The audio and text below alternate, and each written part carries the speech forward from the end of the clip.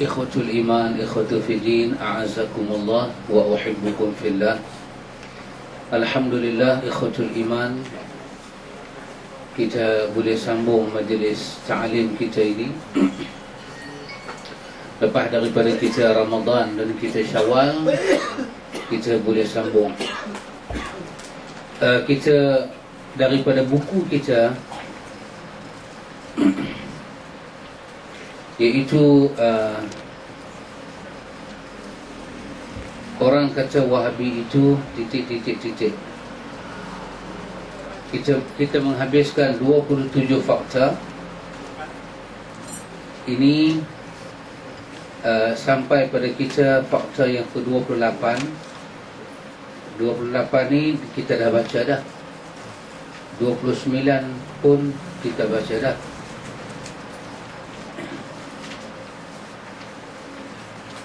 Kita ada fakta ke-30, 31, 32, rasanya sampai 30, 33, 34. Okey, jadi kita ambil fakta yang ke-27, iaitu bukan fakta tuduhan yang ke-27. Fakta itu bermakna jawapannya fakta yang ke-28, tuduhan yang ke-28, jawapan yang ke-28, Wahabi dan perayaan Maulud Nabi. Itu berkaitan dengan orang kata Wahabi ialah mereka yang menolak perayaan hari kelahiran Nabi, yakni Maulud Nabi. Jika demikian ta'rif Wahabi, maka Imam Syafi'i dan para ulama Syafi'iyah selain beliau, selain Imam Syafi'i, ialah Wahabi. Ini kerana mereka bukan sahaja tidak pernah merayakan perayaan Maulud, bahkan menghukumnya sebagai perbuatan yang bid'ah di sisi ajaran Islam. Ini pasal dah baca dah, saja saya lalukan. Al-Hafiz Ibn Hajar Asqalani, mazhab Syafi'i, meninggal pada tahun 852 Hijrah, berkata, menukil perkataan Al-Hafiz As-Suyuti, iaitu aslu amal al-maulid bid'atun lan tanqil an ahadun min as-salaf as-salih min al-quruni thalatha.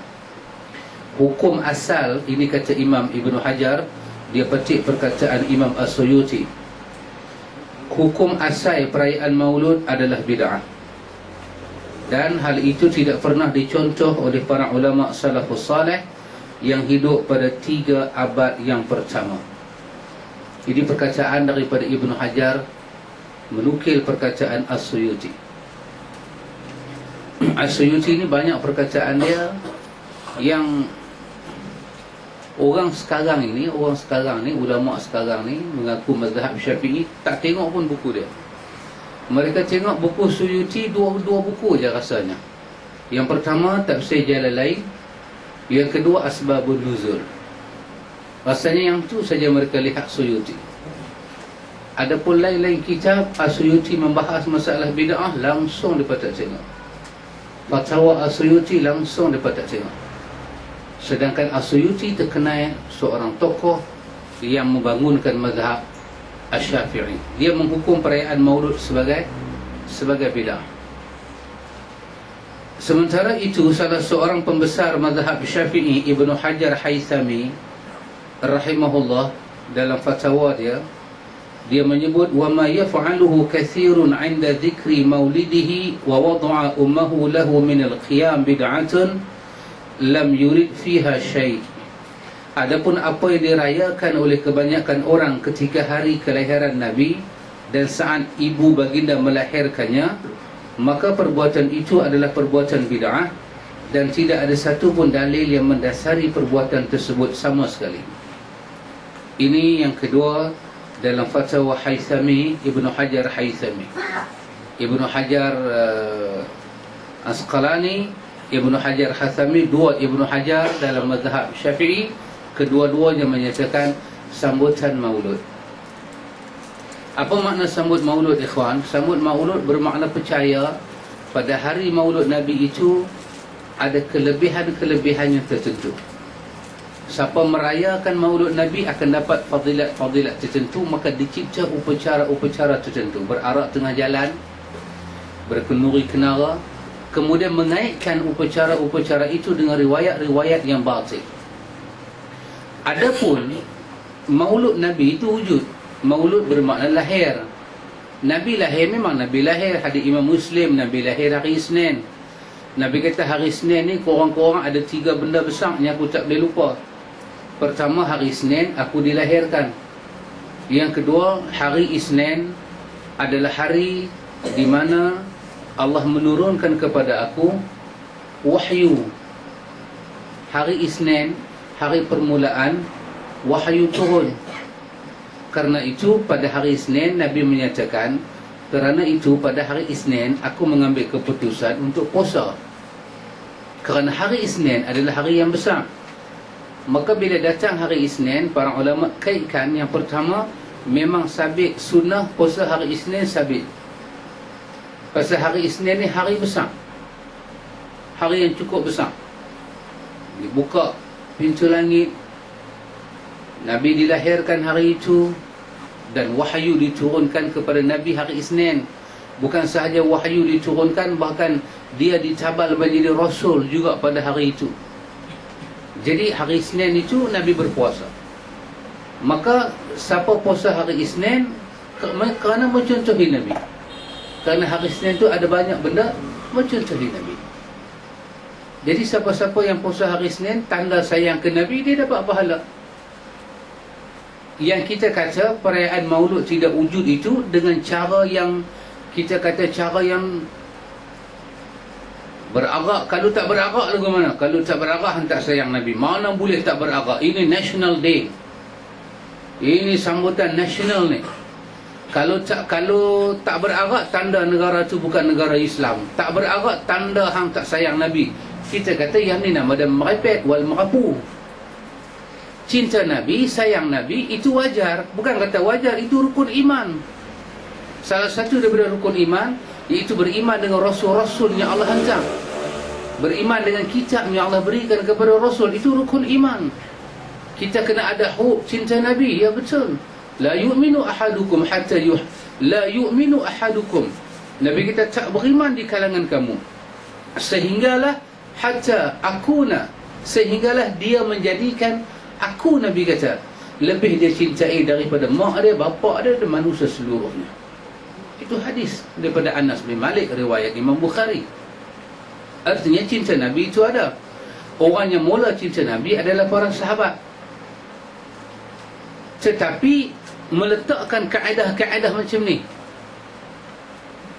hadis tidak pernah menceritakan.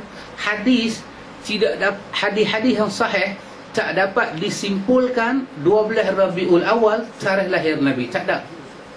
Tidak ada. Nak menyatakan 12 Rabiul Awal tarikh lahir Nabi, tak dapat disimpulkan. Tetapi Nabi lahir hari Isnin, hadis sahih. Sangat sahih.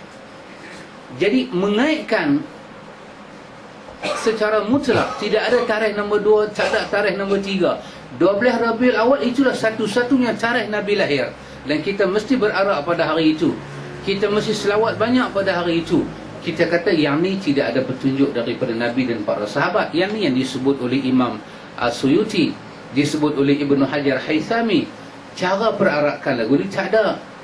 Tidak berasal dari Nabi, tidak berasal dari sahabat, dan juga tidak berasal daripada para salafus saleh, dan tidak wujud pada kurun yang 3 itu. 100 tahun pertama, 100 tahun kedua, 100 tahun ketiga.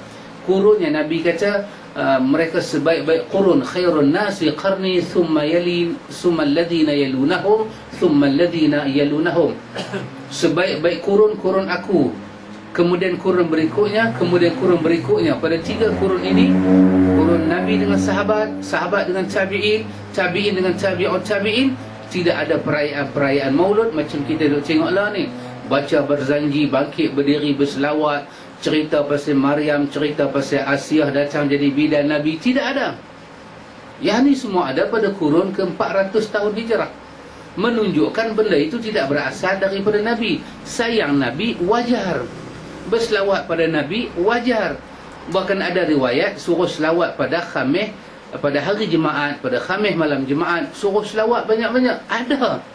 Tapi mengkhususkan pada satu tarikh untuk selawat dan jadikan satu upacara besar-besaran, yang tu yang kita kata tidak ada. Bukan maksud kita kata pada orang apa jangan sayang Nabi. Dah tak pernah keluar bahasa lagu tu dari mulut kita.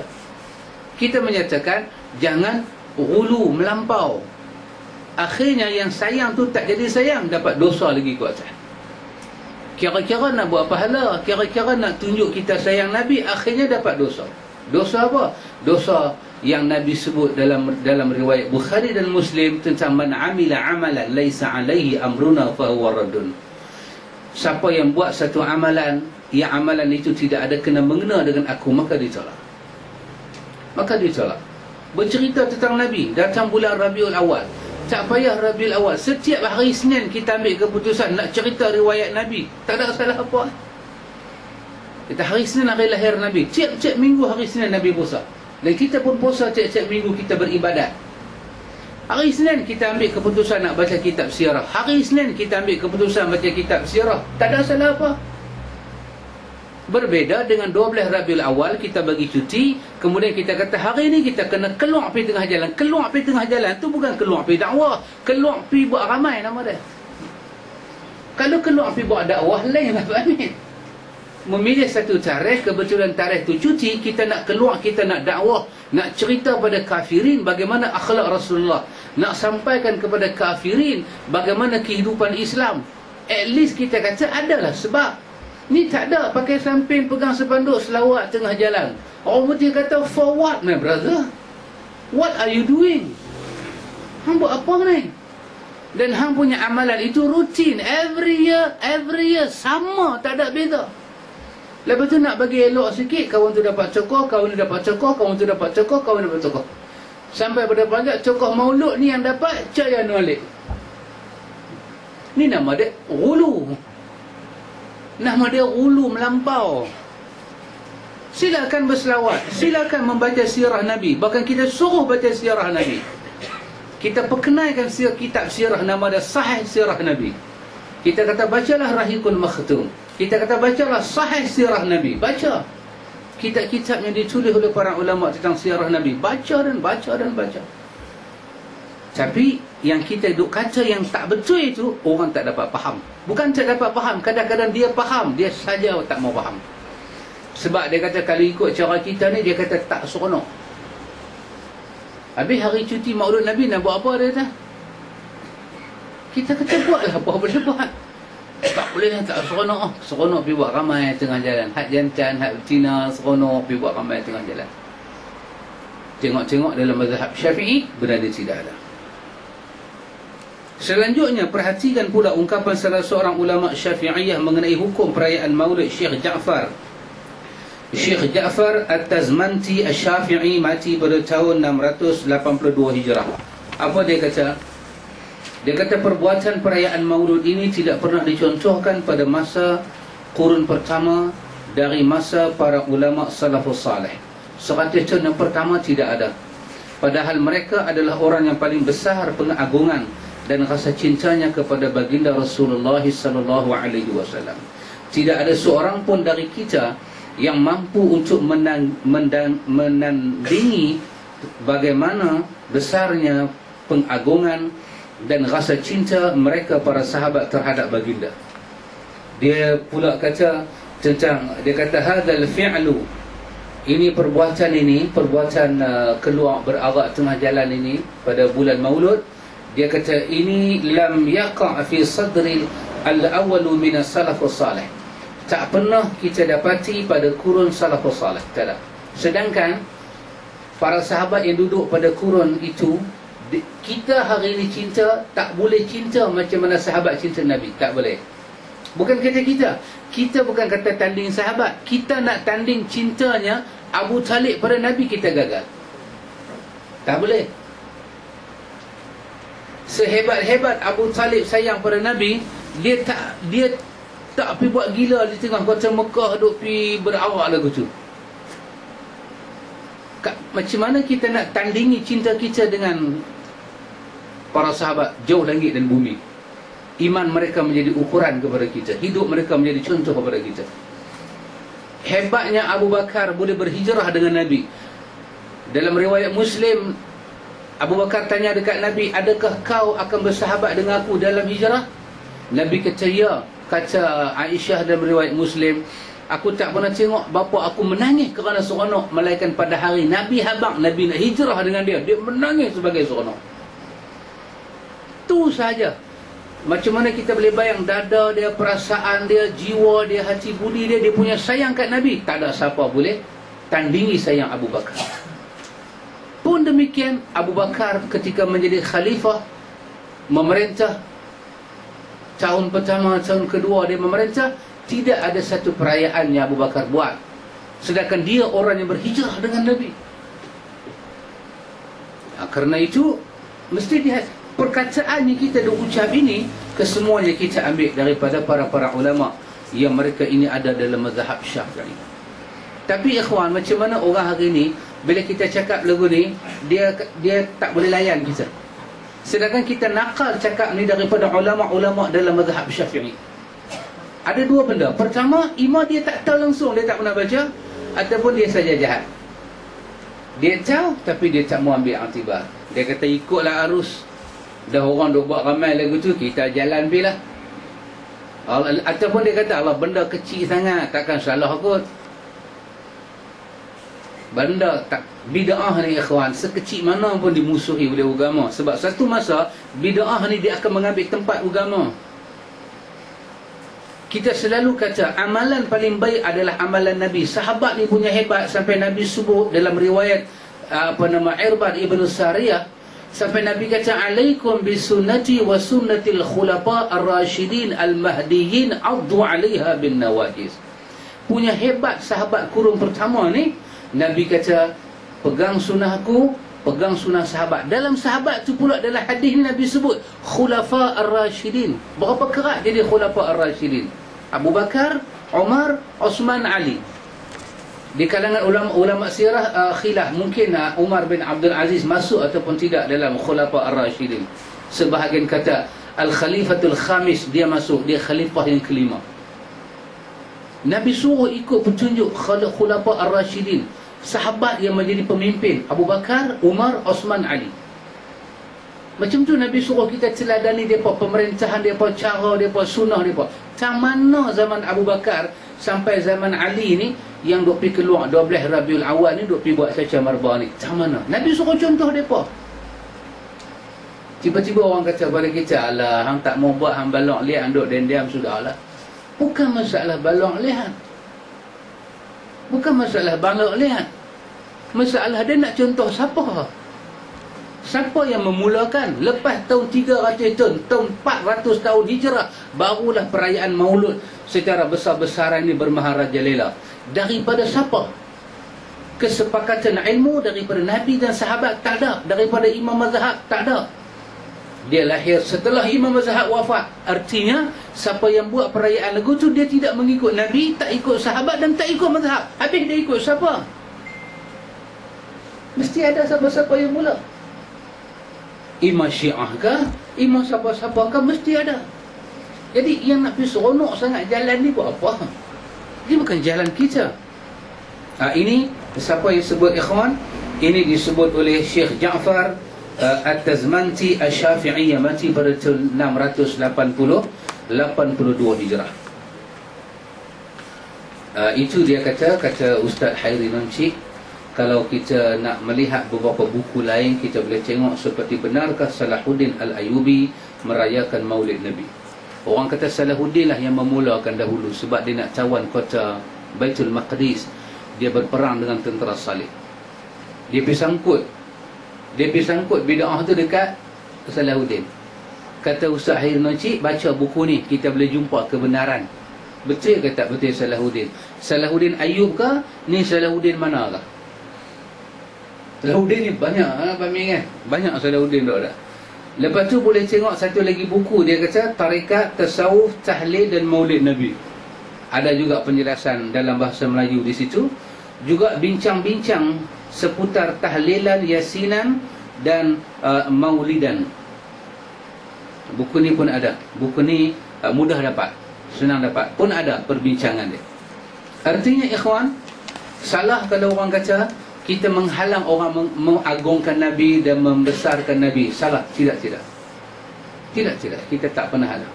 Yang kita halang melakukan upacara yang bid'ah dan ghudu. Kita katakan ibadat cara Nabi terbaik. Kalau ada orang nak tokok tambah, kita tak pernah halang dia. Kita kata kita tak akan memilih cara dia. Kita akan pilih cara Nabi. Baru ni kita baca apa Pak Mit dalam Riyadhus Salihin, kita baca bab, ingat balik bab apa? Bab sujud syukur. Betul? Bab sujud syukur. Kan? Kebanyakan hadis sujud syukur kesemuanya adalah dhaif. Beberapa kerat saja hadis seperti hadis Imam Muslim, Ka'ab bin Malik melakukan sujud syukur ketika taubat dia diterima.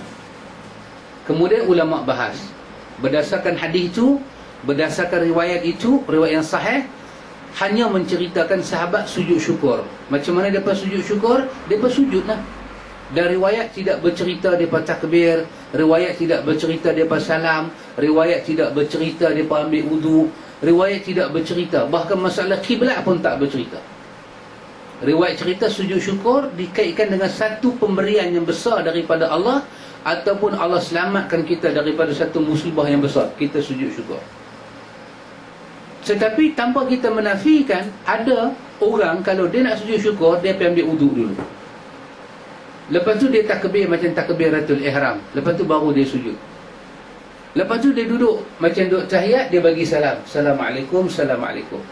Kita kata dia buat tu salah kah? Tak, kita tak kata salah. Tapi kita kata kita akan buat seperti mana Nabi buat. Riwayat tidak menceritakan itu semua, maka kita tak akan menyusahkan diri kita dengan benda itu semua. Tapi kalau satu orang dia nak pergi ambil wuduk, kita kata perbuatan ambil wuduk perbuatan yang baik. Perbuatan yang baik. Awak nak ambil wuduk, awak ambil.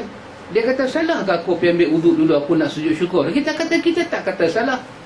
Tetapi riwayat pernah menceritakan Ka'ab bin Malik sujud syukur tanpa dikaitkan dengan wuduk. Adakah perbuatan Ka'ab bin Malik itu kurang betul? Kalau dia nak ambil wuduk, tu hak dia lah. Dan tanpa kita nafikan, mazhab yang menyatakan ambil wuduk ada.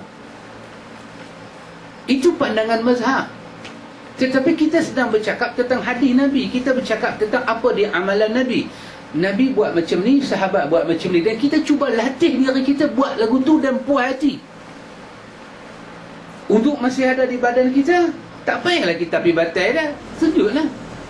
Tapi kewajipankah kita lari pergi pancung ambil wuduk? Tidak. Tapi kalau kita nak pergi ambil wuduk, pergi ambil wuduk satu ibadat lain. Silakanlah pergi ambil wuduk. Dia rasa selesa ada wuduk, dia rasa seronok, dia nak sujud syukur, itu hak dia. Tetapi riwayat menceritakan sujud syukur pernah dibuat tanpa wuduk, tanpa salam, tanpa takbir. Lagu tu ya. Nak kata apa? Kata apa? Subhanallah ke? Subhana rabbiyal a'la ke? Nak kata alhamdulillah ke? Nak cakap dalam bahasa Melayu syukur, ya Allah, alhamdulillah. Alhamdulillah akhirnya aku dapat juga tinggi rokok. 3 bulan dah aku tak isap. Tak ada batuk, tak ada apa. Selamat. Alhamdulillah. Cakap. Sebab sujud syukur bukan sembahyang. Ada orang, dia dengar cakap kita ni, dia kata tengok dia menyalahkan orang ambil wuduk sujud syukur. Tengok dia kata salah takbiratul ihram masa sujud syukur. Kita tak kata salah, kita kata perbuatan Nabi yang paling baik. Pasal apa susah kita nak ikut cara Nabi? Pasal apa susah kita nak puas hati cara Nabi? Susah, kita jadi susah. Nabi ambil wuduk bila sampai sapu kepala, Nabi pegang dua-dua tangan di kepala dia, Nabi tarik pergi ke sampai batas kepala. Batas kepala macam mana? Kepala batas kan? Tak, batas kepala. Kalau belakang ni tengkok, Nabi tak sapu tengkok, batas kepala. Ni tempurung kita hak belakang ni. Belakang ni kita boleh rasa tempurung kita. Jadi Nabi tarik tangan Nabi dari depan pergi ke batas kepala belakang, tarik balik mai ke depan, dengan telinga Nabi basuh sekali. Itu cara hadis. Tanpa kita menafikan, ada ulama fiqh, fuqaha, mazhab menyebut kalau kita nak sapu kepala, sapu 3 kali. Dan kalau kita nak basuh telinga, pakai ayat lain, basuh 3 kali. Tanpa kita menyatakan memang ada mazhab sebut begitu, tapi kita menyatakan salahkah kita ambil wuduk cara Nabi? Ada orang tanya kita balik, dia kata awak cara mazhab ni salah ke? Awak depa kecil punya anak lah. Siapa kata depa kecil punya anak? Habis Nabi siapa? Nabi budak kecil. Salahkah kita latih diri kita ikut cara Nabi? Tak pernah kita mengaji sunnah ni kita pergi kata mazhab tu tak betul, mazhab ni tak betul. Tak pernah. Simbol ahlu sunnah menghormati mazhab yang ada, tetapi prinsip ahlu sunnah yang daif diketepikan. Tidak mencerca para ulama. Semua para ulama ahlu sunnah mereka benar. Mereka benar di hadapan Allah. Betul ijtihad mereka, Allah anugerah 2 pahala. Tak betul, Allah bagi 1 pahala. Dia tetap dapat pahala. Namun kita yang tahu pandangan dia kurang kuat, kita tak dapat pahala kalau kita tetap ikut dia. Dia tetap dapat pahala kerana dia menolong umat pada masa itu.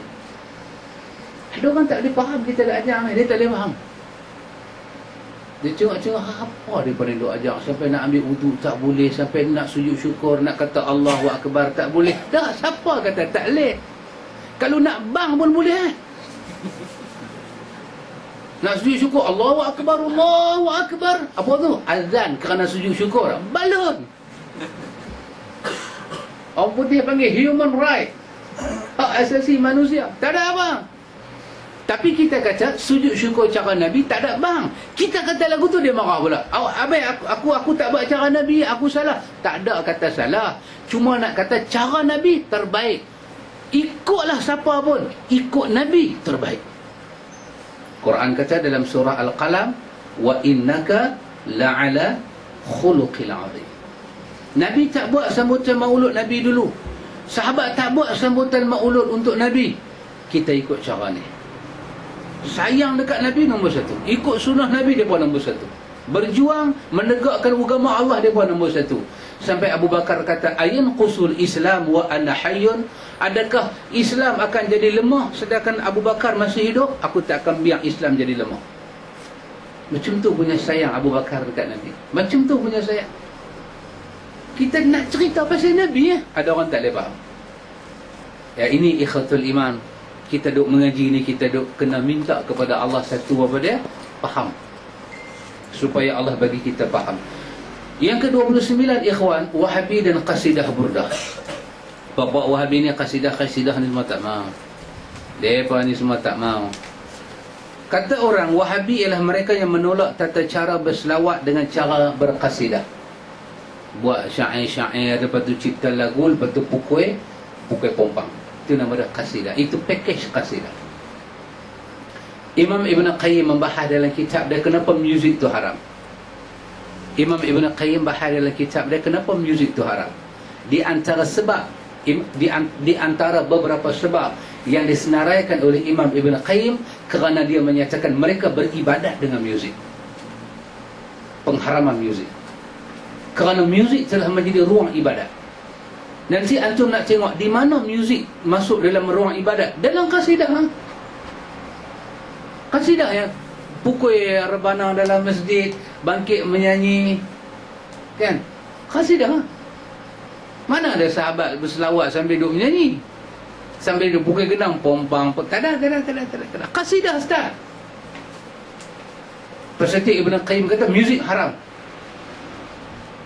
Pasal itu perkataan dikaitkan dengan perkataan muzik yang dinisbahkan kepada Islam lebih bahaya daripada muzik yang gila babi itu. Betul Pak Mik? Dia nisbahkan muzik tu pada Islam tu lebih bahaya daripada hak gila babi tu. Hak gila babi kita tahu dah, kongkang berbum. Kita kata apalah, semak perut lah aku dengar. Tahu dah semak perut. Tentu dah kita boleh pergi komplain. Tapi yang dia nisbah pada Islam macam mana? Dia selawat, dia bagi, dia masuk dalam masjid. Satu lagu pula keluar, tangan lagu tu punya duk pergi. Daripada lagu tu duk panggil lagu tu. Tu Nabi mai, Abu Bakar mai, Osman mai. Mereka beribadat dengan muzik. Zaman jahiliah mereka beribadat dengan muzik. Mereka nak semayang, mereka nak sembah Tok Kong, pukul muzik. Kerana itu dikatakan muzik adalah turunan syaitan. Muzik adalah suara syaitan. Sebab muzik dikaitkan dengan berhala-berhala. Dan kita dapati sampai black metal pun tengok muzik dia macam mana. Muzik gila babi, ambil Quran, jijak pak ambil, koyak, kencing atas Quran. Muzik syaitan. Betul. Pasal itu As-Suyuti menyebut, saya dah ulang banyak kali kata As-Suyuti, kalau kamu tengok mereka pukul rebana, mereka pukul kompang-kompang dalam masjid, pukul mereka dan hala keluar mereka dari masjid. Siapa kata? As-Suyuti. Dalam kitab dia Al-Amru bil Ittiba'. Tapi berapa orang tengok haduk mengaku duk buat kasidah-kasidah pakai muzik ni, mengaku sangat mazhab Syafi'i, dia tengok ke buku As-Suyuti. Kita kata jangan, dia kata apa? Kita ambil. Depa ni memang, depa memang tak mau muzik. Depa ni Haji Abdul Wahab. Depa ni semua Haji Abdul Wahab bin Haji Abdul Wahab punya bapa. Tu dia kata pada kita. Kita kata Suyuti siapa dia? Masa dia nak pakai benda merepek ni, dia kata bukan semua ulama kita ikut. Dia pula kata lagu tu. Bila kita kata benda tak betul ni, walaupun ulama cakap jangan ikut, masa tu dia marah kita. Dia kata mana boleh ulama waris Nabi, mai kat dia, bukan ulama semua kita ikut. Jahat. Ini kerja syaitan. Baik, apa kata dia? Demikianlah ta'arif Wahabi. Jika demikian ta'arif Wahabi ikhwatul iman, apa akan jadi? Maka Imam Syafi'i rahimahullahu ta'ala yang meninggal pada tahun 204 Hijrah, dan para ulama salafus salih seluruhnya ialah Wahabi, kerana tidak pernah berselawat ke atas Nabi dengan cara berqasidah, iaitu berselawat dengan lapas yang direka-reka sambil diiringi dengan alunan muzik, sebagaimana yang menjadi kebiasaan sebahagian besar golongan tarekat dan sufi. Tak ada muzik, tak boleh nak selawat, tak boleh nak qasidah, tak boleh nak buat apa. Kata Imam Syafi'i, aku tinggalkan kota Baghdad, sesuatu yang dibuat orang-orang zindik, orang-orang sufi. Mereka menamakan dengan nama taghbir, zikir ataupun lantunan syair-syair zuhud dengan suara merdu untuk melalaikan manusia daripada Al-Quran. Dalam manaqib Syafi'i, Imam Syafi'i kata, aku keluar daripada Baghdad. Di Baghdad ada penyakit ni. Memang ada, ikhwan. Baghdad, kalau orang Baghdad dia bersyair macam mana Hindustan tu, ngalik kita nganga. Oh merdu. Tok Bilal dia di masjid Baghdad tu, masjid Jami' Abu Hanifah. Tok Bilal dia, saya ingat lagi Tok Bilal dia buta. Tok Bilal dia kalau azan setengah jam, 4 jam. Setengah jam. Pasal apa? 15 minit sebelum azan dia nanti balun satu macamnya selawat. Dan dia punya azan ni, saya ingat Mak Jaih pun tak lepi, Mak Wajib pun tak lepi. Yang boleh lepi Mak Rempit ni. Panjang Mak Mit, panjang azan dia di masjid Jami' Abu Hanifah. Tapi dia orang buta. Dan tu selawat, dia panggil dalam dia pernah azan sekali, wa asyhadu an, dia azan, wa asyhadu anna sayyidana Muhammadar Rasulullah. Dia pakai sayyidina dalam azan. Tapi suara dia sedap lah. Suara dia jenis suara perut keluar main. Suara lagu Ning Bayi Zura punya suara tu, suara tinggi. Dahsyat. Kata Imam Syafi'i, di Baghdad dah ada benda ni semua. Dia berzikir, dia pakai muzik. Boleh pula? Ya boleh. Para ulama menjelaskan, apa yang disebut oleh Imam Syafi'i adalah satu pandangan seorang imam dan ahli dalam ilmu usul dalam Islam. Ini kerana pada dasarnya tidak ada yang menggalak dan menganjurkan nyanyian melainkan orang-orang zindik. Orang zindik adalah orang tasawuf. Di sisi Imam Malik, zindik bermakna orang yang keluar daripada Islam. Berat ikhwan, kalimah tu berat. Yang ulama fiqh ni, ulama-ulama ahlu sunnah bagi pada puak-puak ni berat, zindik. Sebagaimana disebut oleh Abdurrahman As-Sulaimi daripada Rawandi dalam Majmu'ul Fatawa. Ini kita boleh tengok. Salah seorang lagi ulama bermazhab Syafi'i, As-Suyuti. Tengok Suyuti pula kata apa. Kalau kita tengok orang duk qasidah burdah dalam masjid surau pakai alunan muzik, apa kata Suyuti? Kata Suyuti, dan di antaranya adalah menari, menyanyi dalam masjid, memukul kompang atau gendang, atau rebab sejenis alat muzik bertali seperti biola, atau selain itu dari jenis-jenis alat muzik, maka sesiapa yang melakukan perkara yang tersebut dalam masjid, maka dia adalah mubtadi', pelaku bid'ah, dia sesat, perlu dihalau dan boleh dipukul. Tengok babi. Lah kita yang kena halau, kita kena pukul. Siapa yang halau kita? Pok-pok tu. Ni kami nak kasih dah. Siapa tak suka melingkuk bang? Alah, melingkuk tu kan. Siapa tak suka melingkuk bang? Kami nak panggil malaikat. Dia nak kasih dah, dia nak panggil malaikat. Antum tengok. Kata Suyuti, mazhab Syafi'i, halau depan ni pukul. Dia seorang mubtadi', kerana dia meremehkan perintah Allah untuk memuliakan masjid. Meremehkan perintah Allah untuk memuliakan masjid. Sedangkan Allah Ta'ala berfirman dalam surah An-Nur ayat 36. Allah berfirman dalam surah An-Nur ayat 36, fi buyutin azinallahu an tarfa'u. Allah kata bertasbihlah kepada Allah di masjid-masjid yang telah diperintah untuk dimuliakan, iaitu mengagungkan, dan disebut namanya di dalamnya. Allah suruh dalam masjid bertasbih, bertahmid. Quran kata ma ya'muru masajidallah man amana billah wal yawmil akhir. Orang yang mengimarahkan rumah Allah, orang yang beriman pada Allah hari akhirat. Sebalik wa aqamus salat, itu orang yang mengeluarkan zakat. Wa atina zakat, orang yang sembahyang dan bagi zakat. Walam yakhsha illallah, masjid mendidik dia takut hanya kepada Allah. Imarah masjid, sembahyang, puasa, mengaji di situ, bertaklim, berzikir, bermuzakarah. Tak ada pun ulama silam memasukkan imarah masjid itu dengan pergi menyanyi gila-gila dalam masjid. Tak. Akhirnya berlakulah pencerobohan kepada makna mengimarah rumah Allah. Rumah Allah adalah masjid, dan Allah Ta'ala telah memerintahkan untuk memuliakannya, menjaganya daripada kotor najis anak-anak, daripada anak-anak mengotorkan masjid, daripada hinguih, bawang putih, bawang merah, daripada nasyid-nasyid, syair-syair, nyanyian dan tarian di dalamnya. Maka siapa yang menyanyi atau menari di dalamnya, maka dia adalah pelaku bid'ah, sesat dan menyesatkan, dan berhak dikenakan hukuman. Lihat kitab Imam As-Suyuti, Al-Amru bil Ittiba' wal Nahyu an Ibtida'. Ini kitab Imam Suyuti yang tak rajin. Kita istilahkan ustaz-ustaz lah yang boleh Arab baca, dia tak rajin baca. Dia duk baca kitab lain, dia baca perukunan, dia baca kitab tu, lepas tu dia tak jumpa. Akhirnya dia nak konkretkan pandangan dia. Dia kata Yusuf Qaradawi kata muzik terbahagi pada dua. Tengok, dia nak konkretkan pandangan dia. Dia kata Yusuf Al-Qaradawi kata muzik terbahagi pada dua, muzik yang haram, muzik yang harus. Dia kata kita duk buat ni muzik yang harus. Betul yang Qaradawi kata lagu tu, tapi Qaradawi tak pernah bahagi bab tu.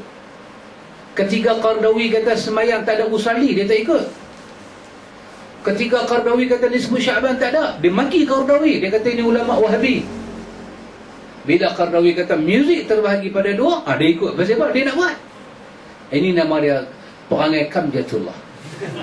Ini perangai nama dia. Nama satu perangai jahat perangai ni, ikhwan. Jadi ikhwan, saya tak tahu nak kata macam mana Pak Amir. Kalau kita pergi photostat buku ni panjang, kita pergi bagi dekat tu imam, dia nak buat apa dengan buku ni? Katalah kita, orang kata 10 jari kita tak depan dia, kita kata tu imam saya minta satu, tolong baca je tu imam, tolong baca je. Gak-gak dia boleh baca banyak.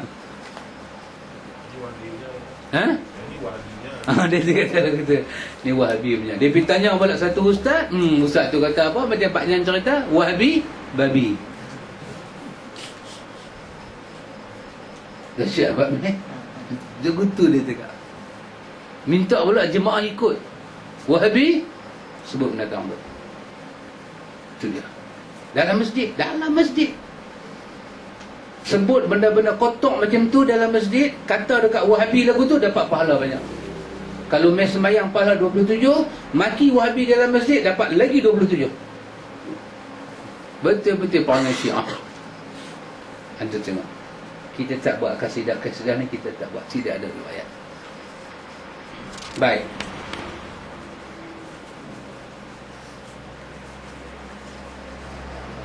Kemudian kita punya ni betul kan? Oh, di bawah mana? Baik. Wahabi dan sunnah tarkiyah. Wahabi ni siapa dia? Wahabi dan sunnah tarkiyah. Orang kata Wahabi ialah mereka yang enggan melaksanakan tata cara ibadat yang ditinggalkan oleh Rasulullah. Lagi satu nak kenal Wahabi ni macam mana? Mereka ni kalau Nabi tak buat, mereka tak buat. Mereka kata Nabi tinggal, kita tinggal ya. Kita walaupun memang Nabi tak buat tahlil. Pasal apa Nabi tak buat tahlil? Nabi sibuk.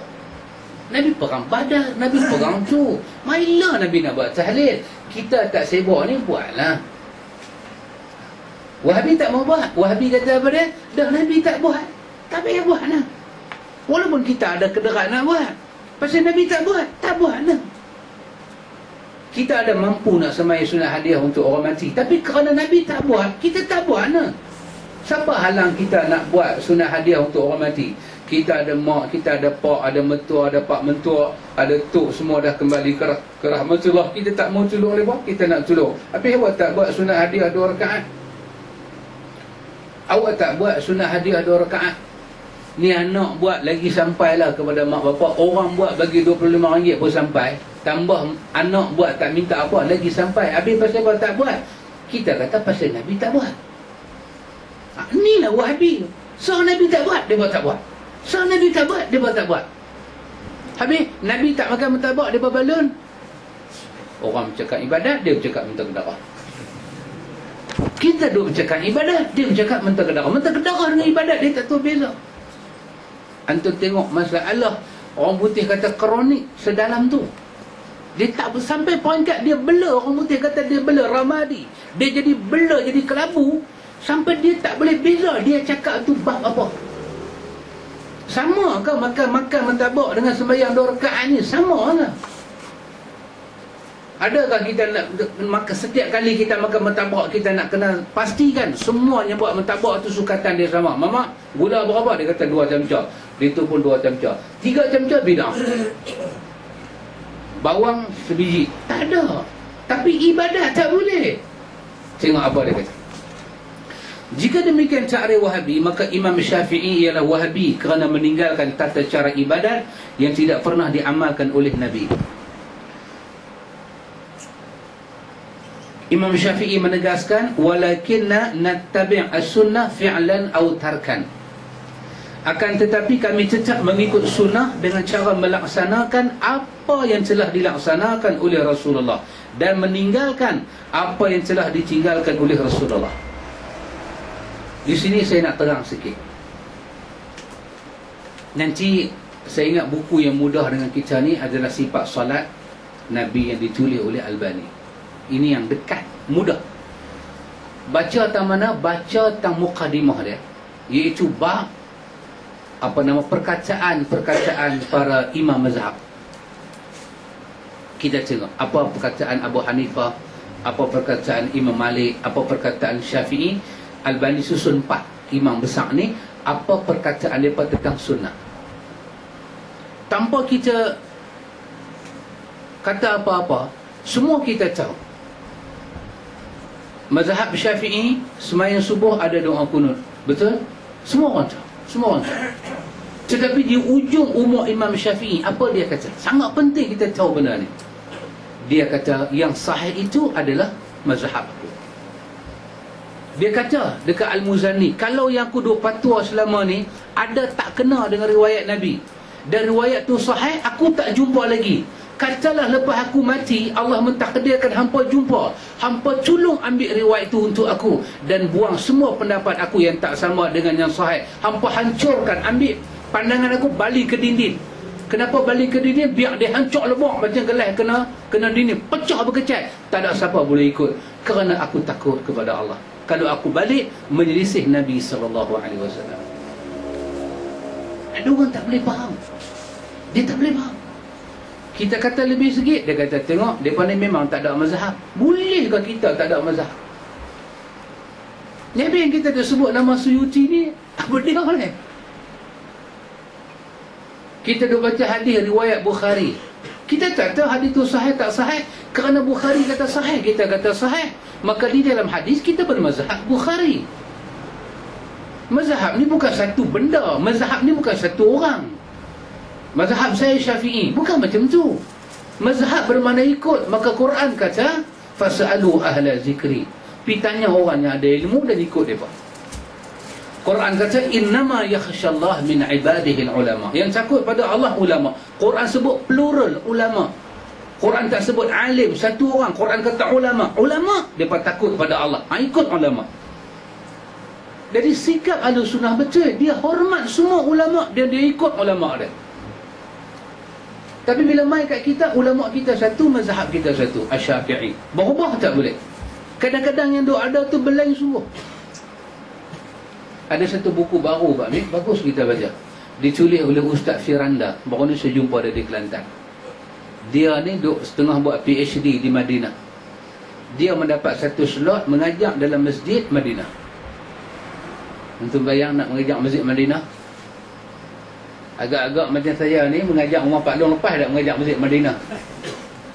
Pegawai apa yang jaga kapek tu kata, ni balik Nepal lah. Dia tak abang Malaysia, dia abang Nepal. Mujuk dia tak abang Tibet. Satu slot, kalau type dalam internet Ustaz Firanda, ada slot dia tengah duk mengajar dalam masjid Madinah. Dia tengah buat PhD. Dia tulis satu buku menarik sejarah ilmu, ajaran mazhab Syafi'i yang ditinggalkan. Tebal lagu tu ya. Ajaran mazhab Syafi'i yang ditinggalkan. Baca buku tu. Lebih kurang 14 bab dia buka. Daripada bab kenuri arwah, bab janggut, sampai pada bab muzik, sampai pada bab 14 bab dia dah tinggal. Tapi duk declare mazhab Syafi'i tapi tinggal. Kita di sisi Ahlussunnah kita ikut para ulama. Ikut para ulama. Di sisi Ahlussunnah para ulama kita benar, ya mereka benar. Ijtihad mereka benar. Allah bagi satu pahala kalau tersalah. Maka yang mereka ijtihad tersalah, di sisi Allah mereka ada pahala. Tapi di sisi kita, kita tak perlu turut dia. Tak perlu turut dia. Kita kena ikut cara Nabi. Akhir kata Abu Hanifah masa dia nak mati, dia takut kepada Allah. Benda paling dia takut, ramai orang dia ikut dia di belakang, takut dia tersalah cakap benda tu daripada Nabi. Daripada mulut dia, mereka percaya kata benda tu dari Nabi. Tengok-tengok benda tu tak sahih. Abu Hanifah ulama yang pertama sebut idza sahal hadis fahuwa mazhabi. Barulah Imam Syafi'i sebut benda tu zaman Imam Syafi'i. Dia orang mula sebut, takut dia. Dia marah dekat anak murid dia Abu Yusuf. Dia kata waihaka ya Yaqub. Dia kata celaka hang Yaqub. Hang jangan jadi celaka Yaqub. Aku kesian tengok hang. Semua benda aku cakap hang tulis. Aku manusia. Hari ni aku cakap macam lain, besok aku boleh cakap macam lain. Yang bercakap dengan satu lidah tak pernah berubah hanya Nabi. Bila aku kata Nabi kata baru hang tulis. Jangan tulis pandangan aku, tapi tulis sunnah Nabi. Ujung ayat dia cakap benda ni. Dia takut Allah. Tapi kita ni orang hari ni dia pegang mazhab, dia tak tahu benda ni semua. Ataupun benda ilmu tu tak sampai, guru dia tak pernah ajar, dia tak pernah baca buku-buku yang kita baca. Dia kata mereka ni semua ayat kecil orang lah. Mereka ni semua kalau kita pegang mereka, kita dah boleh dah masuk syurga. Kalau mereka kata tak ada hadis, kira tak ada hadis lah. Kita kata tak boleh lah macam tu. Tak boleh lah macam tu. Kena bincang panjang lagi. Dia tak boleh terima ikhwan. Termasuk dalam pengertian mengikut sunnah Rasulullah sallallahu alaihi wasallam adalah dengan meninggalkan segala tata cara ibadat. Termasuk dalam makna ikut sunnah, tinggal apa sahaja ibadat yang tak pernah dilakukan atau diperintah oleh Nabi sallallahu alaihi wasallam. Nabi tak buat, kita tak buat. Macam mana nak selawat, macam mana nak tu, macam mana nak ni, Nabi buat, kita buat. Ibadat khusus dengan nama mahdah, ikut Nabi, ikut para sahabat, ikut cara dia itu. Hendaklah diketahui bahawa apabila Rasulullah sallallahu alaihi wasallam meninggalkan satu tata cara ibadat, meskipun tidak wujud faktor penghalang untuk Nabi melakukannya, ini menunjukkan bahawa ibadat tersebut bukanlah suatu yang disyariatkan. Ada ibadat tak ada benda menghalang Nabi buat, tapi Nabi pilih tak buat. Contoh yang paling mudah apa dia? Pada hari matinya bapa munafik, Siapa dia? Abdullah bin Ubay kan? Abdullah bin Ubay mati kan? Contoh paling besar. Nabi ambil jubah Nabi, bagi kapan mayat dia. Ada riwayat kata Nabi ambil ayat liang Nabi, sapu di badan dia supaya tak kena neraka. Apa lagi Nabi buat? Nabi bersemayam mayat dia. Yang dalam riwayat Ibnu Katsir kata, semua kita tahu, Umar kata dekat Nabi, innahu munafiq. Ya Rasulullah, tu munafik. Rasulullah pergi buat apa? Nabi pergi juga. Anak dia kata tolong. Nabi semayam, bagi tu, bagi ni. Nabi apa lagi Nabi buat? Nabi baca doa. Turun surah Taubah kata, kalau 70 kali hamba baca doa pun Muhammad, aku tak akan terima depa. Ya. Sawa'un alaihim astaghfarta lahum am lam tastaghfir lahum la yaghfirallahu lahum. Dalam surah Al-Munafiqun. Sama saja nasib mereka Muhammad. Hang istighfar untuk mereka kah? Hang tidak istighfar untuk mereka kah? Allah tidak akan ampun dosa mereka. Mereka munafik. Allah tak akan bagi hidayah kepada mereka. Macam tu. Tapi apa yang menghalang Nabi untuk baca satu ayat daripada Quran dan kemudian hantar kepada Abdullah bin Ubay? Tak ada halang. Quran tak turun ke masa tu. Ini Madinah. Ini cerita lepas daripada hijrah. Ayat syariat mula turun. Yasin dah turun dah. Yasin ayat Mekah. Baqarah pun dah turun dah. Juzul Amma pun dah turun dah. Kenapa Nabi tak petik satu ayat? Takkan masa tu Fatihah tak turun lagi? Fatihah dah turun dah, sembahyang di Mekah. Nabi kata Al-Fatihah. A'udzubillahi minasyaitanir rajim. Nabi kata summa ila arwahi Abdullah bin Ubay. Pasal apa? Tak ada halang Nabi buat, kerana nak menunjukkan tidak buat itulah syariat Allah. Nabi baca doa, maka baca doa tuna orang mati itu sunnah. Nabi uruskan mayat Abdullah bin Ubay, maka uruskan mayat orang mati itu sunnah Nabi. Maka itu menunjukkan kepada kita bahawa sunnah tarkiyah dan sunnah fi'liyah. Buat apa yang Nabi buat, tinggal apa yang Nabi tinggal, kita tinggal apa yang Nabi tinggal, Allah bagi pahala kepada kita. Jika ia adalah suatu yang disyariatkan di sisi agama, pastilah Rasulullah SAW terlebih dahulu melaksanakannya dan menjelaskannya kepada para sahabat baginda sallallahu ridwanullah alaihim ajma'in. Ini kerana tidak ada suatu jua dalam ajaran Islam yang boleh mendekatkan umat kepada syurga dan menjauhkan mereka daripada neraka, melainkan semuanya telah dijelaskan oleh Nabi kepada umat. Jalan ke syurga supaya selamat daripada neraka, Nabi dah merentasi dah. Nabi dah ajak dah satu persatu pada kita. Pasal itu kita berbangga ikhwatul iman. Kerana itu ikhwatul iman, kita bila kita baca Quran, antum tengok bila kita baca Quran, nanti kita malu dengan jin. Nanti kita malu dengan jin. Cuba antum rajuk dalam surah Al-Ahqaf, antara ayat 29 sampai kepada ayat 32. Malu kita dengan jin. Apa Quran cerita?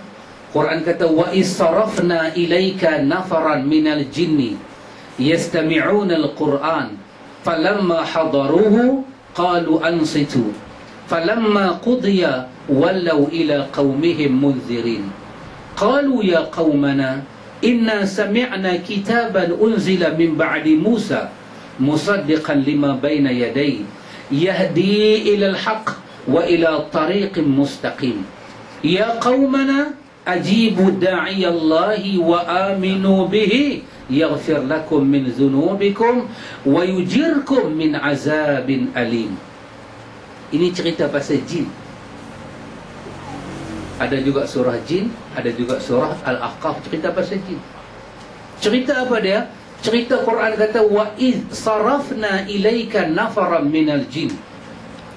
Allah kata, ingatlah Muhammad, ketika Allah hadapkan kepada Muhammad satu rombongan jin.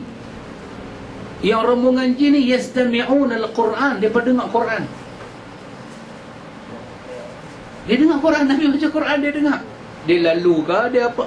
Berhenti dia dengar Quran. Falamma hadaruhu, bila dia sampai Nabi duk baca Quran, Qalu ansitu. Ketua jin ni kata dekat jin ramai-ramai, diam, semua diam. Aku nak dengar dia kata apa. Beza kita buat kuliah sembang. Jin tu golek kepala. Jin kata, mana punya duk main ni? Ustaz buat kuliah dia sembang. Kami jin diam. Manusia pada itu dalam hadis Bukhari, Nabi kata, hampa ni kalah dengan jin. Aku buat kuliah, jin respon. Jin tanya, jin soal dekat jin. Aku buat kuliah kat hampa, satu soalan hampa tak tanya kat aku. Jin kata, ansitu, diam. Falamma qudiya, bila dah habis dah jin dengar ayat Quran, wallau ila qaumihim, dia pun balik jumpa kaum dia, munzirin, dia terus bagi ingat pada kaum dia apa yang dia dengar tadi. Qalu, jin kata, ya qaumana, wahai kaum aku, wahai bangsa aku, inna sami'na kitaban, aku baru dengar satu kitab yang dibacakan, unzila min ba'di Musa, kitab ni turun lepas daripada Musa. Ada kitab. Jin kata, kita duk ingat kata Taurat Musa tu penghabis, kita duk ingat kata Injil Isa tu penghabis. Dah rupanya ada kitab. Anda tengok karakter ni sama dengan kita ada kan? Kita duk mengaji.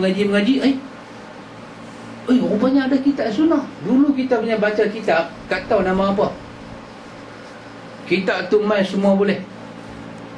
Semua kira boleh. Ayat Quran ni nak jampi dalam ayak boleh, dalam nasi lemak boleh, laki ketegak boleh, anak ketegak boleh, nak lembut hati bini nak menikah lagi satu boleh, semua boleh. Lah ni duduk mengaji tak boleh. Ada kitab. Kita baru tahu ada Sahih Bukhari. Jin pun baru tahu. Jin kata ada kitab yang diturun selepas Musa, musaddiqan lima baina yadayhi. Quran yang turun ni, dia tak mencela Taurat, dia tak hina Taurat, dia membenarkan Taurat itu betul. Yahdi ilal haq, dia membawa kepada jalan yang benar, wa ila siratim mustaqim, dan dia bawa kita kepada satu jalan yang kita tak akan salah dah. Ya qaumana, kata jin, wahai kaum kami, ajibu da'iyallahi wa aminu bih. Jomlah kita pakat terima Quran ni, kita pakat terima Nabi Muhammad ni, kita beriman dengan dia. Yaghfir lakum min zunubikum, nanti Allah ampun semua dosa hampa semua. Wa yujirkum min azabin alim, nanti Allah selamatkan kita daripada azab yang pedih di hari akhirat. Jin cakap begitu. Jin kata kalau kita ikut sunnah, jin kata kalau kita ikut Quran, kita ikut Nabi baru ni, Nabi Muhammad lepas Musa, kitab baru ni lepas daripada Taurat, ada kitab yang bernama Quran, kita ikut kitab nama Quran, kita ikut Nabi baru nama Muhammad, Allah akan ampun dosa kita dan Allah akan selamat kita daripada azab yang pedih. Siapa kata? Jin. Kita sampai Quran, kita sampai sunnah kepada orang, orang kata apa? Wahabi. Tengok baik-baik. Tak keluar daripada mulut manusia, Ustaz kata sunnah Nabi ke? Apa kelebihan kami ikut sunnah? Allah ampun dosa kita, Allah sayang kita, Allah bagi kita masuk syurga. Jin dengar lagu tu, jin menangis. Lepas tu jin kata sepatah. Apa jin kata? Jin kata sepatah. Jin kata, wa man lam yujib da'i Allah falaysa bimu'jizin fil ardi. Jin kata, barang siapa yang tak terima seruan ni, barang siapa yang tak terima dakwah Nabi ni, siapa yang tak terima sunnah Nabi Muhammad ni, nak ikut Musa juga, nak ikut Taurat juga, tak mau ikut Nabi Muhammad, siapa yang tak terima benda ni semua, jin kata apa? Jin kata, falaysa bimu'jizin fil ardi wa laysa lahu min dunihi awliya. Dia ingat dia boleh lepas ke daripada Tuhan? Dia ingat dia tu kuat sangat ke? Jin duk sembang dengan jin. Jin tu dekat kita dia kuat lah. Kan orang kalau kena jin dia boleh angkat semen satu tangan, kuat lah. Jin bagi nasihat, ketua jin nasihat jin, apa ingat apa kuat ke? Tuhan nanti bubuh hampa dalam neraka, mampu hampa? Jin kata macam tu. Jin kata apa? Padahal kata jin kata apa dia? Walaysa lahu min dunihi awliya. lain daripada Tuhan, siapa boleh jadi awliya kita, penolong kita? Tak ada. Ulaika fi dhalalin mubin. Siapa tak terima Nabi Muhammad, dialah orang yang paling sesat di atas muka bumi. Jin buat statement ni. Macam mana kita duk terang pasal qasidah burdah ni, duk terang-terang, dia berkata Wahabi juga. Kalaulah jin mengikuti live kuliah kita ni, malu kita. Malu kita. Ikhwatul iman. Tengok apa dia kata.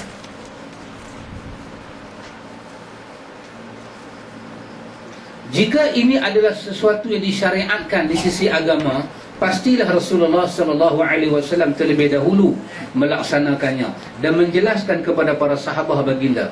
Ini kerana tidak ada satu jua pun dalam ajaran Islam yang boleh mendekatkan manusia umat Islam kepada syurga dan menjauhkan mereka daripada neraka, melainkan semuanya telah dijelaskan oleh baginda kepada umatnya.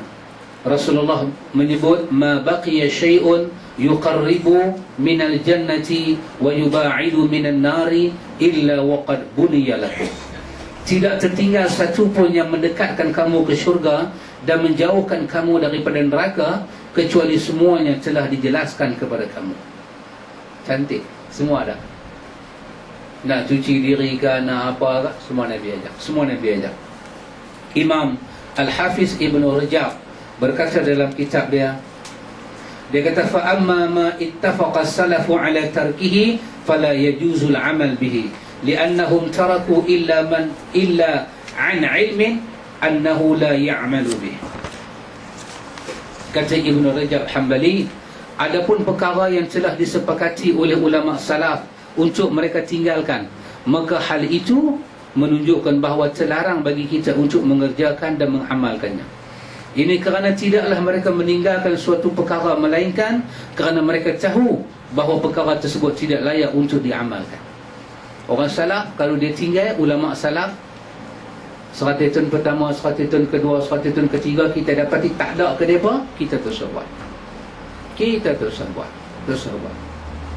Ikhwan, kita ambil tasbih, kita duduk berzikir, subhanallah, subhanallah. Orang tanya kita salah ke? Kita kata tak salah. Tak ada salah. Tapi kita kata mulut Nabi sebut kepada wanita-wanita dan pada jemaah-jemaah lelaki-lelaki lain, Nabi kita pakailah ni lekuk-lekuk jari, ruah-ruah jari ni untuk berzikir, nanti dia bercahaya dan saksi di hadapan Allah. Kita tengok orang pakai tasbih zikir, kita tak kata salah. Apa hang nanti masuk neraka dengan tasbih tu, kita tak kata. Tapi kita kata salah ke 33 kita nak habiskan dengan cara Nabi? Salah. Tak mana salah kita. Ada model dia tak tu kan Pak Mek. Tak. Dia kata saya boleh ingat sehari saya zikir banyak mana. Dia kata ustaz tak ada lah. Kita kata tak cukup duit nak beli. Kan? Tak ada lah. Kita kata dia salah, kita tak kata dia salah. Awak dia kata ustaz, walaupun saya pakai tasbih, pakai jari lah juga. Dia kata tak apa lah. Hang nak kata apa, hang kata. Tapi pasal apa ni hang duk pandang lepas sembahyang kita duk pakai ibu jari ni, hang pandang jijik, meloya, hang pandang bodoh sangat ni? Pasal apa? Salah ke nak didik cara kita ni kembali pada sifat cara Nabi? Oh, zaman Nabi mana ada tasbih, mana ada kayu kokor, zaman Nabi mana ada elektronik ni semua. Pasal tu Nabi pakai jari. Kan? Zaman lah dah ada model-model, manfaatkan lah. Tak apa, hang nak pakai, hang pakai. Pasal apa yang hang anggap salah benda ni? Kita tak kata dia salah, tapi kita kata pasal apa kami nak didik diri kami ikut cara Nabi? Pasal apa yang tu pergi jadi satu ketat dada dekat hang? Pasal apa pergi jadi ketat dada, macam tak boleh menafas, oksigen tak masuk, sangkut dah, sangkut. Oh, dia kata tengok pakai jari pula. Ada masjid pula Kuala Lumpur Pak Amir, kita pisah depan, dia bubuh tiap-tiap sah tu satu tasbih serongkoi. Jadi habis sembahyang daripada imam pun ambil, jemaah depan semua dapatlah seorang serongkoi. Zikir lah. Tengok kita tak usik serongkoi tu. Kita dah buat lagu ni. Sambil duduk zikir pegang tasbih, duduk usyap. Allah mak jari pula, dia kata. Dia pakai jari pula. Dia tak mau pakai tasbih tu. Lah, hang nak pakai, hang pakai. Hang nak pakai. Orang kata pakai tasbih pun tak salah, pakai jari pun tak salah. Orang kata lagu tu, tak apa, kalau hang rasa pakai tasbih tak salah, tapi pasal apa hang rasa pakai jari ni salah? Pasal apa hang nak kek dengan kemodenan, tak suka moden, tak suka kemajuan? Apa salahnya kami nak latih diri kami ikut cara Nabi? Salah kata mana? Kami nak sembahyang tak ada usalli, kami nak ikut cara Nabi. Kalau hang rasa sembahyang selesa dengan usalli, hang jalan. Kami tak ada mahkamah depan Tuhan nak mengadili hang. Sembahyang, puasa, ibadat hang Tuhan akan adili berdasarkan sunnah Nabi. Pada hari akhirat jangan cakap manusia, yauma yafirul mar'u min akhih. Orang paling dekat dengan kita lari. Hang nak cakap mazhab mana nak tolong hang? Orang paling dekat dengan kita lari. Yang tak lari dengan kita satu orang aja. Rasulullah dia nak bagi syafaat dekat kita. Salahkah kami nak ikut orang ni? Hang nak kata literal ke? Hang nak kata liberal ke? Hang nak kata mangkuk ke? Hang kata lah. Kami nak ikut cara Nabi. Tang mana kami salah? Jalan kami ni salah tang mana? Hang nak buat tahlil, hang nak perhabis. Macam nak sembang dengan Pak Nyang kan? Belah-belah tempat tertentu Pak Amir pergi tahlil kain pelekat sebiji dia bagi. Kami pernah jumpa nah.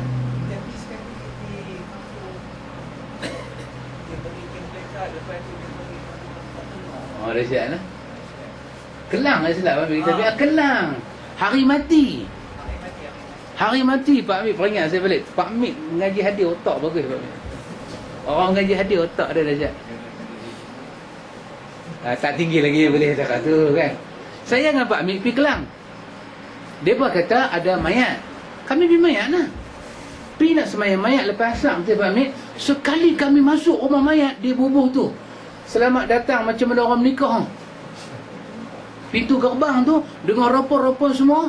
Sekali dia tu keluar dengan satu bakui besar macam ni punya bakui Kak Mun, ada bunga. Saya kata ke Pak Amir, Pak Amir kata kat saya, ni rumah kahwin ke rumah mati? Saya kata saya baru nak tanya soalan tu kat Pak Amir. Pak Amir dah start tanya. Tak tu dia berkelak beg seorang satu. Dia bagi kain pelekat satu, dia bagi dengan telur. Rumah mati macam rumah mayat. Rumah mati tu rumah mayat. Saja nak tengok orang depan prihatin ke tak? Saja kan ada apa-apa. Rumah mayat macam rumah kenduri. Nampak apa ni?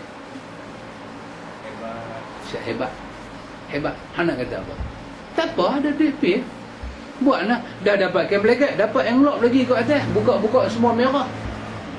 Bukan kata dia kelabu-kelabu tu dapat RM1 ni merah RM10 tentu dah. Nak tanya Nabi buat lagu tu tak? Nabi tak buat. Kami tak mau buat. Hampa kedekut? Tak, bukan kedekut. Tak mau buat. Nabi tak buat. Bab tu Nabi tak buat, kami tak buat. Bab sedekah ni, Nabi sedekah sampai sebiji kurma tak ada rumah Nabi, kami ikut. Kalau saya tak ambil Kalau dia bagi kain pelekat tu pasal kenduri kahwin, ambil lah. Kalau dia bagi kain pelekat tu pasal kita pergi kenduri arwah minggu 1, minggu 2, terus ambil.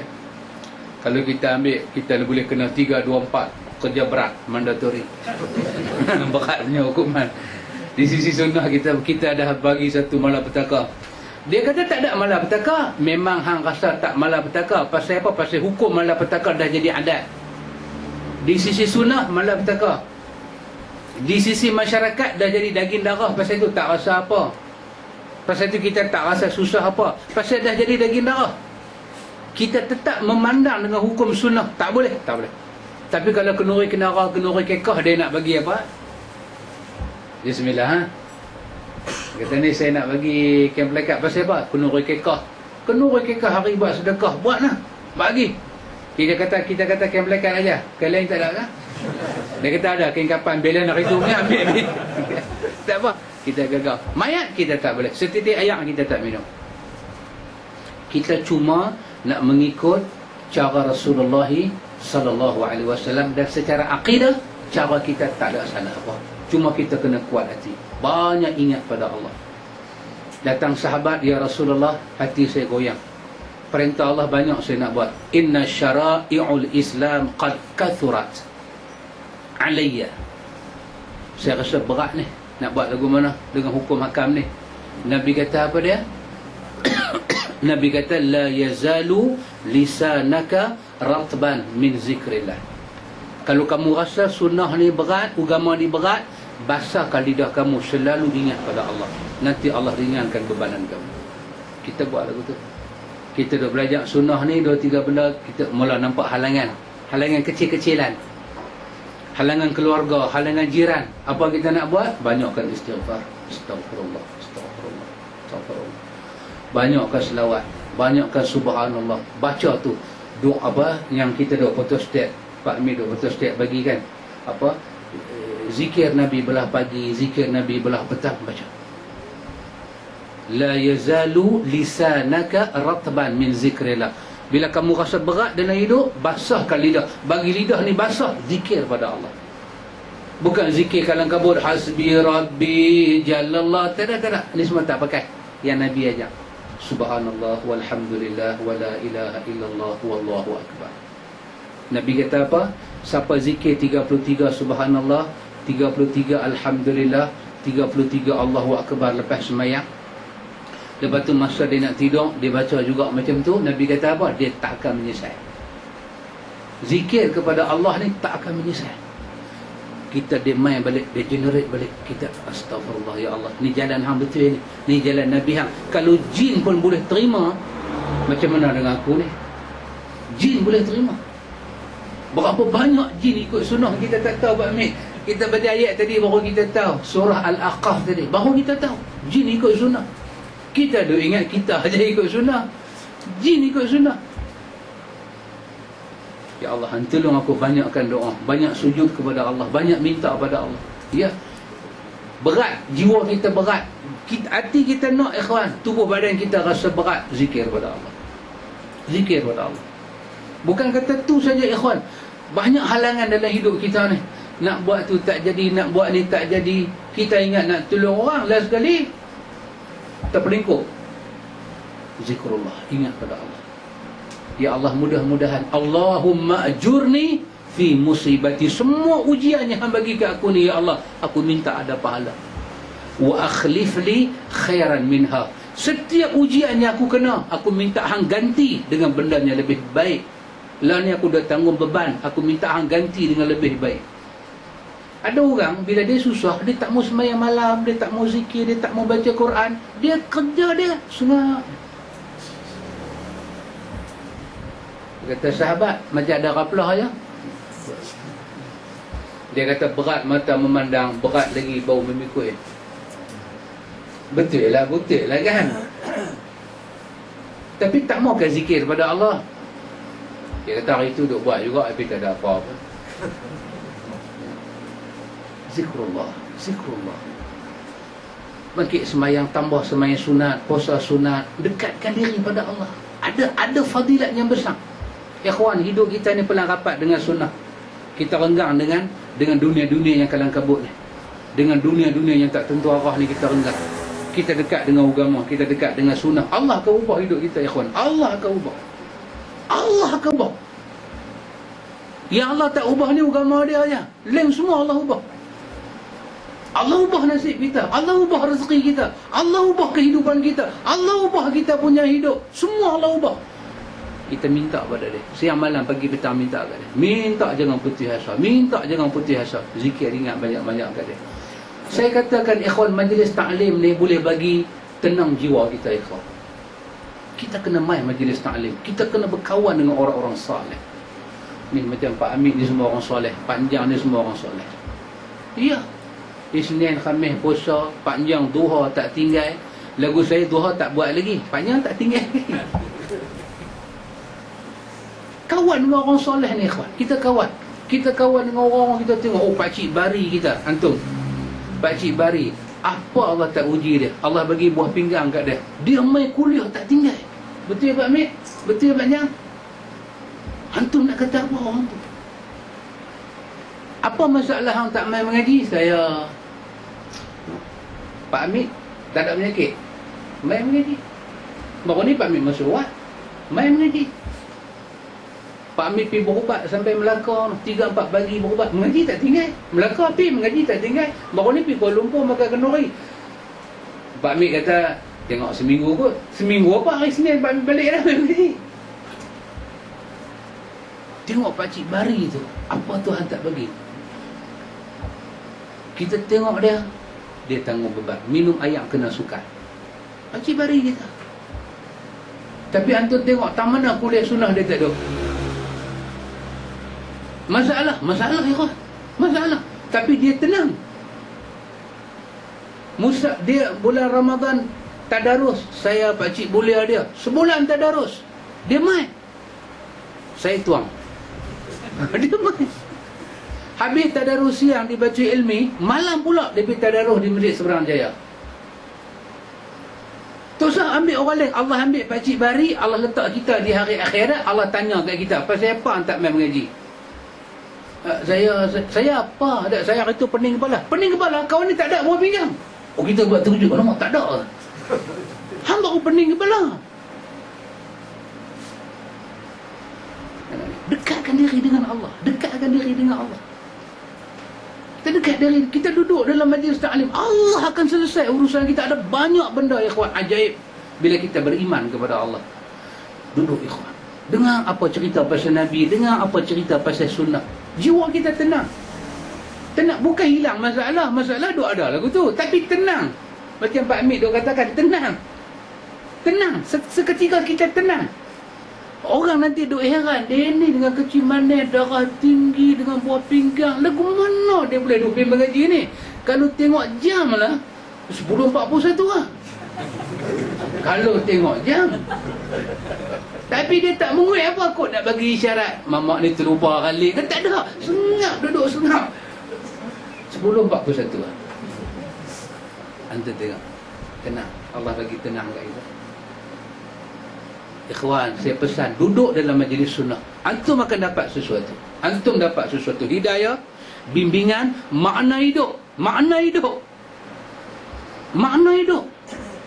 Hidup ada guide. Hidup ni ada cara dia. Hidup ni ada orang depan duk tunjuk kita, duk monitor kita.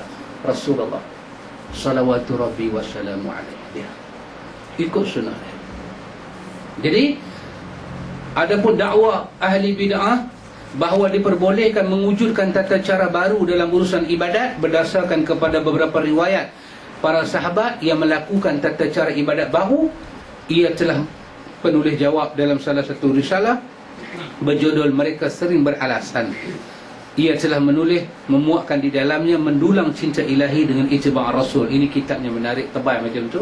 Ustaz Hari Nucik tulis, tebal, lebih kurang tebal lagu tu. Tajuk dia cantik, mendulang cinta ilahi dengan mengikut Rasulullah. Kita dapat cinta Allah, kita ikut Nabi. Ikut semua sampai akhlak dia kita ikut. Yang ke-31, Nabi dan Yaqazah, Wahabi dan Yaqazah. Yaqazah ni apa dah ikhwan? Yaqazah ni bukan kata mimpi Nabi. Nabi majuh terus. Itu nama dia Yaqazah yang duk berlaku di Malaysia banyak ni. Dalam YouTube kan tunjuk buat kuliah satu macam ustaz tu pandang. Ustaz Kuala Nerang pandang. Nabi mai. Nangis rosak-rosak. Nabi mai. Ini nama dia Yaqazah. Kalau mimpi manam. Mimpi ni ada riwayat.